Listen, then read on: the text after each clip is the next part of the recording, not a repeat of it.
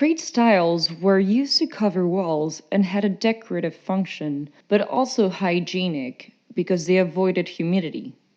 From the 16th century onwards, Catalan tile making entered a very rich and important creative period, polychromy, of which the so called trade styles are a paradigmatic example. The different series followed from one another, from the early ones in the La Margarida or flowery ones of the 16th century, and were so successful that they survived in a declining sequence until the mid 19th century. All of them have a single central theme, accompanied by more or less leafy plants that the series are named after. In this case, it is La Palmeta, the palm leaf.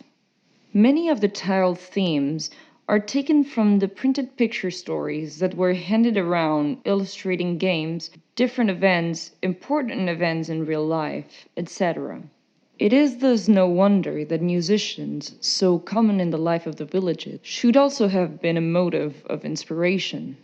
Those playing the harp, the flute, the trumpet, the viola, or the shawm, and other complementary figures like a woman with a flower and an actor become important figures that cheer things up and give streets and squares color.